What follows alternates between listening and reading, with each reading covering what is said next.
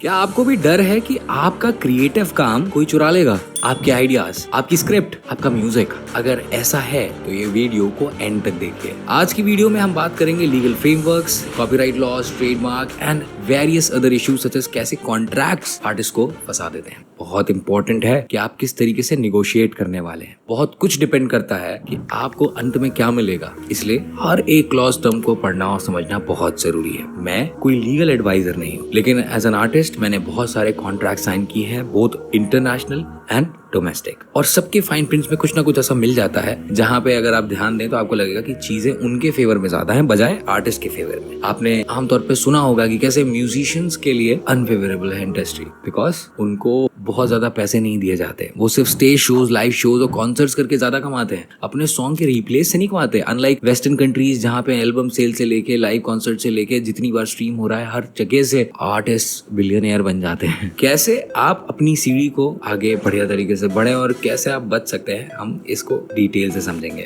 तो हाय दोस्तों, मेरा नाम है देवांग तिवारी। इस चैनल पे हम बात करते हैं उन स्ट्रगलिंग, थ्राइविंग, इंस्पायरिंग आर्टिस्ट जो कि क्रिएटिव एंटरप्रेन्योर्स बनना चाहते हैं। क्या आपको पता है कि कॉपीराइट और ट्रेडमार्क में डिफरेंस क्या है? कॉपीराइट क्या होता है? वो आपके किसी भी तरीके के क्रिएटिव काम, जैसे कि कोई आर्ट वर्क आपने बनाया हो, कोई म्यूजिक का पीस लिखा हो, वो ऑटोमेटिकली आपको ग्रांट करता है कि आप ही ओरिजिनल उसके हकदार है, और अगर सेम चीज किसी और ने लिखी तो वो कॉपी मानी जाएगी। यानी कि उस चीज से अगर कोई मुनाफा या कोई फायदा या कोई पैसा कमाना है, वो सिर्फ आप कमा सकते हैं, कोई और आपके साथ दगाबाजी नहीं कर सकता, उसको फेरबदल करके अपने नाम से नहीं बेच सकता। कॉपीराइट ये एक्ट है। जैसे कि एक म्यूजिशियन गाना बनाता है, तो जब वो पब्लिश होता है, as soon as it is published, it is accepted world wide कि ये कॉपीराइट उनका है। ऑलराइट। ट्रेडमार्क क्या होता है? ट्रेडमार्क प्रोटेक्ट करता है ब्रांड नेम्स, लोगोज, जैसे कि पार्ले जी, मैगी, नेस्ले, एप्पल, सैमसंग। आपने देखा होगा छोटा सा टीएम लिख के आता है कई सारे कंपनीज के ब्रांड लोगों के साथ, वो ट्रेडमार्क होता है बेसिकली कि ये हमारा ट्रेड करने का, ट्रेड यानी कि व्यापार करने का एक मार्क है, एक निशानी है। They even trademark those phrases की टेस्ट लाइक मैजिक, ये उनके मार्केटिंग टीम ने इजाद किया एंड दे ट्रेडमार्क्ड इट। तो टेस्ट लाइक मैजिक कोई और नहीं यूज कर सकता। तो हर चीज को ये लोग ट्रेडमार्क या कॉपीराइट कराते हैं सो दैट चीटर्स, डुप्लीकेटर्स, कॉम्पिटिटर्स उनको यूज करके गलत फायदा उठा के कस्टमर्स को गुमराह ना कर सके। इस चीज में आपको ट्रेडमार्क प्रोटेक्ट करता है। कॉपीराइट बेसिकली आर्ट वर्क के लिए हो गया, और जहां पे आपका बिजनेस एसोसिएटेड टाइप होगा, आप उन सबको ट्रेडमार्क कर सकते हैं। वर्ल्ड इंटेलेक्चुअल प्रॉपर्टी ऑर्गेनाइजेशन के तहत 36% लोग पूरी दुनिया में आईपी राइट्स को समझते ही नहीं। IP rights is intellectual property. ये प्रूफ करता है कि ये चीज जो इजाद की है क्रिएटिव प्रोफेशनल ने, वो उसका हक है, उसका ही काम है, ये प्रूफ है, और उसको चुरा के कोई दूसरा बेच के उससे मुनाफा नहीं कमा सकता। अब बात करते हैं हम सेकंड मुद्दे पे, कॉन्ट्रैक्ट्स। जब लोग सिर्फ मुंह जुबानी पे बात करते थे कि बस कह दिया ना, कह दिया तो हो जाएगा। दो लोगों ने बोला कि तुम मुझे ये दो, मैं बदले में तुम्हें वाई चीज दूंगा, और बस इस तारीख तक मैं दे दूंगा, बट उसने नहीं दिया। अब ये एक ओरल कॉन्ट्रैक्ट हुआ जिसको किसी ने सुना नहीं, किसी ने अग्रीमेंट माना नहीं, और इस वजह से उसने अगर नहीं भी दिया ना, तो वो बेचारा परेशान होकर क्या करेगा। इसी केस में आते हैं लीगल रिटन कॉन्ट्रैक्ट्स, एक अग्रीमेंट। किन शर्तों पे दो पार्टीज कोई भी ट्रांजैक्शन करने के लिए अग्री करती हैं, उसको हम अग्रीमेंट कहते हैं। इस केस में क्या होता है, वो आपकी राइट्स को प्रोटेक्ट करने, आपके काम के स्कोप को डिफाइन करने के लिए, और आप क्या कर रहे हैं वो एग्जैक्टली बताता है, और उसके बदले आपको क्या मिलने वाला है ये क्लियर करता है। और अग्रीमेंट अगर दोनों पार्टी ने साइन किया है तो उसकी खासियत यह है कि आप उसको कोर्ट में चैलेंज कर सकते हैं अगर दूसरे पार्टी ने वो अग्रीमेंट या कॉन्ट्रैक्ट को डिसऑनर किया। मैं अब इसकी डिटेल में नहीं जाऊंगा। वैसे कंपनीज टेक ओवर करते वक्त, हॉस्टाइल बिड्स लेते वक्त तरह तरह के अग्रीमेंट्स होते हैं, जिसमें कैंसिलेशन फीस भी होती है कि अगर अगले पार्टी ने कुछ दिन पहले बताया तो उसको ये फीस देनी पड़ेगी, ये होगा, वो होगा। आप शर्तें अपने हिसाब से दोनों पार्टी की सहूलियत के हिसाब से जो एक विन विन सिचुएशन बनाए वो बना सकते हैं, लेकिन अग्रीमेंट दोस्तों बहुत जरूरी है, और अग्रीमेंट को पढ़ना उससे ज्यादा जरूरी है। अब क्या हो गया,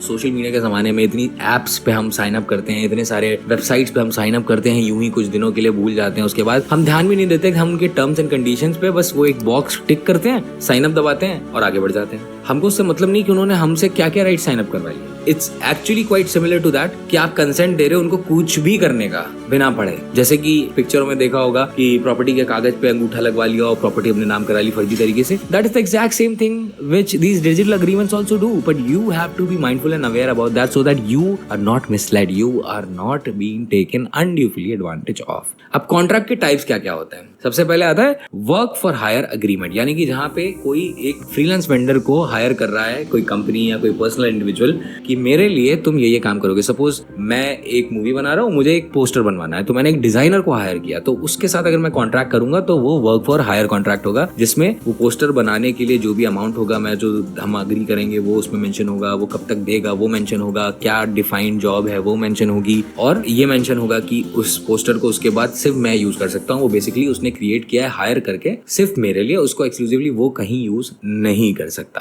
अब आता है हमारा लाइसेंसिंग एग्रीमेंट, जहाँ पे परमिशन देते हैं अपने क्रिएटिव काम को यूज करने के लिए। आपने सुना होगा कई बॉलीवुड फिल्मों में पुराना म्यूजिक यूज हो रहा है, तो वो म्यूजिक तो बहुत पहले सालों पहले बना था, बट वो कंपनी लेवल जो उसको ओन करती है उस म्यूजिक की राइट्स को, वो उसके लाइसेंस देती है कि इतने से इतने पीरियड तक 6 महीने 1 साल 2 साल के लिए आप इसको यूज कर सकते हैं, जितना चाहें, जैसे चाहें, जब चाहें, जितनी वे में चाहें, और इसके लिए आप हमको एक एक्स अमाउंट पे करेंगे। उसके बाद नहीं, उससे एक दिन ऊपर नहीं। ये होता है लाइसेंसिंग एग्रीमेंट। अब आते हैं navigating legal issues. Legal issues में फंसना कोई नहीं चाहता, लेकिन आप जानते हैं कि कानून अंधा है। पर लेकिन अगर किसी भी वजह से आपके साथ गलत होता है तो आपको लीगल अवेयरनेस इतनी तो जरूरी है कि आप अपने लिए खड़े हो सकें, आप समझ सकें कि आपका कोई एडवांटेज अनड्यूली नहीं ले रहा है। तो क्या करना चाहिए अगर कोई आपका इलीगली वर्क चोरी करे या चुरा ले, कॉपी करे? सबसे पहले आपको रिकॉर्ड रखने हैं अपने हर क्रिएटेड काम के लिए, ये सबसे इंपॉर्टेंट चीज है। और उसके क्रिएशन को आप अपने आप को खुद को मेल कीजिए। वो अपने आप में एक प्रूफ है कि इस तारीख को ये चीज हुई थी, और उतने प्रूफ के साथ उसको फाइल को अटैच कर दीजिए, चाहे वो म्यूजिक हो, चाहे वो स्क्रिप्ट हो, चाहे लिखा है, चाहे कुछ शूट किया है, उसको मेल कर दीजिए खुद को। फिर आएगा सीज एंड डिसमिस। सबसे पहले तो उनको एक फॉर्मल लेटर भिजवाइए, अपने एडवोकेट के थ्रू नोटिस भिजवाइए कि आप उनको मना करना चाहते हैं कि वो आपकी चीज को इन्फ्रिंज ना करे, आपकी इंटेलेक्चुअल प्रॉपर्टी को मिसयूज ना करें। जैसे कि कई लोग